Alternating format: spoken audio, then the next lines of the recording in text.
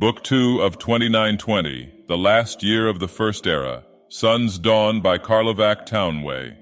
Volume 2 of a historical series about Vivek and the Empire voiced by Dagoth, produced by Humans of Morrowind. Original content by Bethesda Softworks. 3 Sun's Dawn, 2920, the Isle of Artium, Somerset Sotha. Syl watched the initiates float one by one up to the Oasom tree, taking a fruit or a flower from its high branches before dropping back to the ground with varying degrees of grace.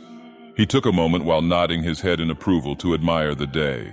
The whitewashed statue of Ciribane, which the great mage was said to have posed for in ancient days, stood at the precipice of the cliff overlooking the bay. Pale purple proscato flowers waved sick to and fro in the gentle breeze. Beyond, ocean and the misty border between Artium and the main island of Somerset. By and large acceptable, he proclaimed as the last student dropped her fruit in his hand. With a wave of his hand, the fruit and flowers were back in the tree. With another wave, the students had formed into position in a semicircle around the sorcerer. He pulled a small, fibrous ball, about a foot in diameter, from his white robes. "What is this?" The students understood this test. It asked them to cast a spell of identification on the mysterious object. Each initiate closed his or her eyes and imagined the ball in the realm of the universal truth. Its energy had a unique resonance, as all physical and spiritual matter does: a negative aspect, a duplicate version, relative paths, true meaning, a song in the cosmos, a texture in the fabric of space, a facet of being that has always existed and always will exist. "A ball," said a young Nord named Weleg, which brought giggles from some of the younger initiates, but a frown from most, including Sothasil. "If you must be stupid, at least be amusing," growled the sorcerer, and then looked at a young, dark-haired Altmer lass who looked confused. "Lilatha, do you know?" "It's Grom," said Lilatha uncertainly. "What the drachmeth after they've Krevinasim? Karvinasim, but very good nonetheless," said Sothasil. "Now tell me, what does that mean?" "I don't know," admitted Lilatha. The rest of the students also shook their heads. "There are layers to understanding all things," said Sothasil. "The common man looks at an object and fits it into a place in his way of thinking.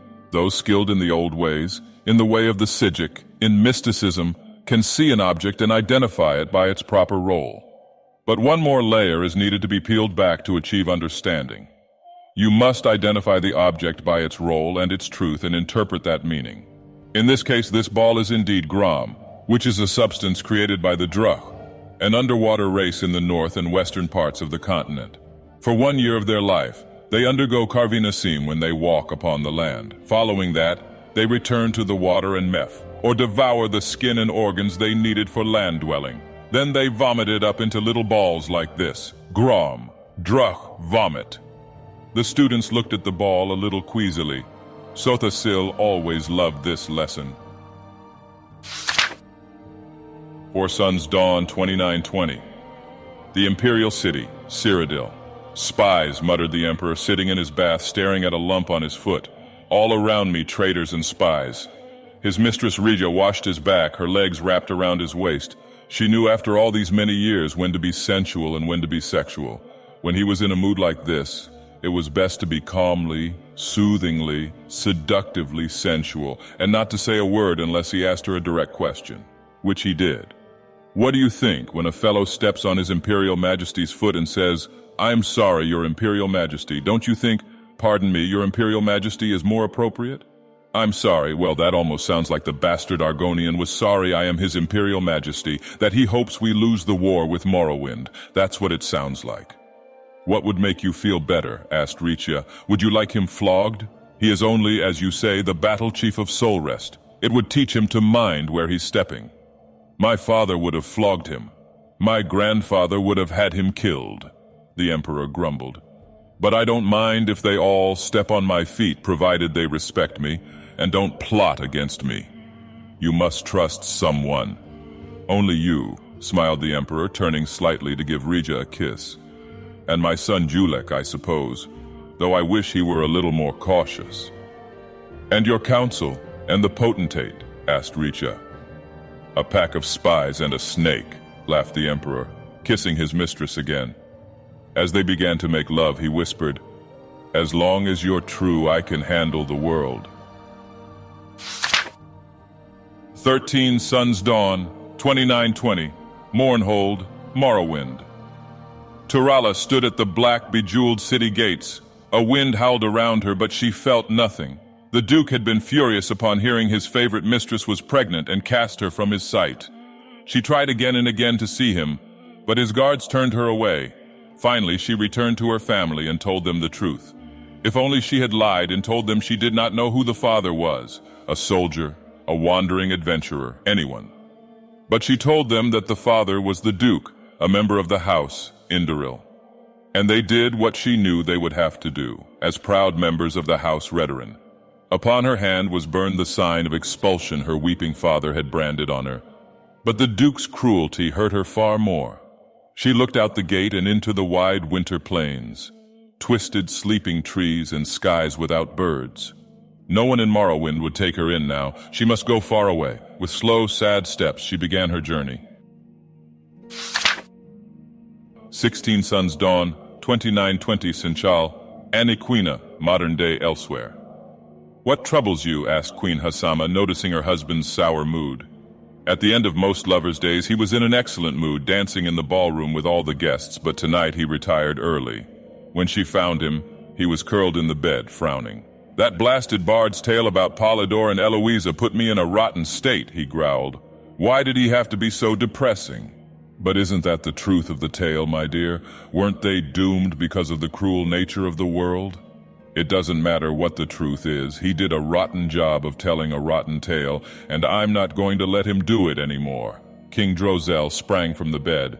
His eyes were rheumy with tears. "Where did they say he was from again?" "I believe Gilverdale and easternmost Valenwood," said the Queen, shaken. "My husband, what are you going to do?"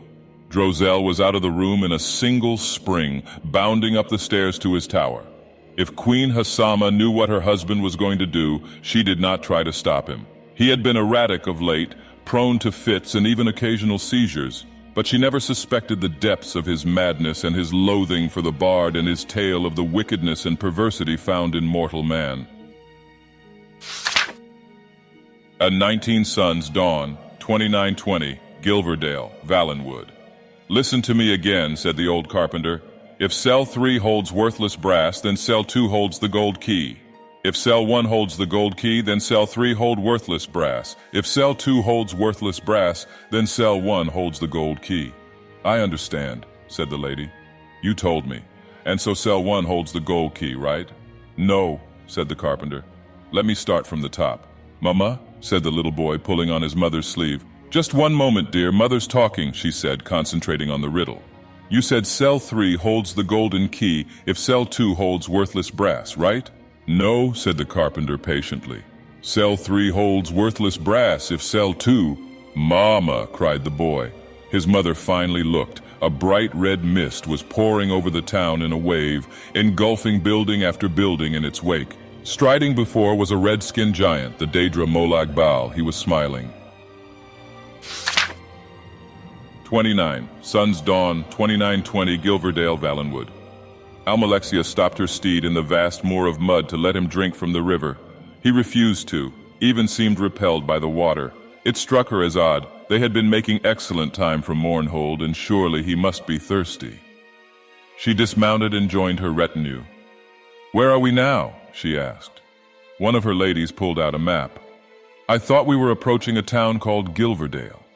Almalexia closed her eyes and opened them again quickly.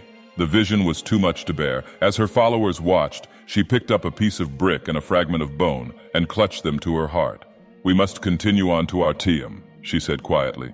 "The year continues in first seed." Thank you for listening, dear reader. I would like to thank the following: ElvenLabs.io for their AI software, without which this voice would not be possible. Bethesda Softworks for building the world of Tamriel and the source material for both the books and this voice. Jeremy Soule for their composition of the music for the Elder Scrolls games that I have used as the background music for these videos. The unofficial Elder Scrolls pages for their ease of access to a wide variety of the Elder Scrolls lore. Daniel Coffey and their mod book covers Skyrim that I've used as the image for these works. If you have enjoyed listening, please give a thought to liking, sharing, and subscribing to Humans of Morrowind on YouTube or Facebook. Sleep well, dear dreamer. I look forward to reading to you again.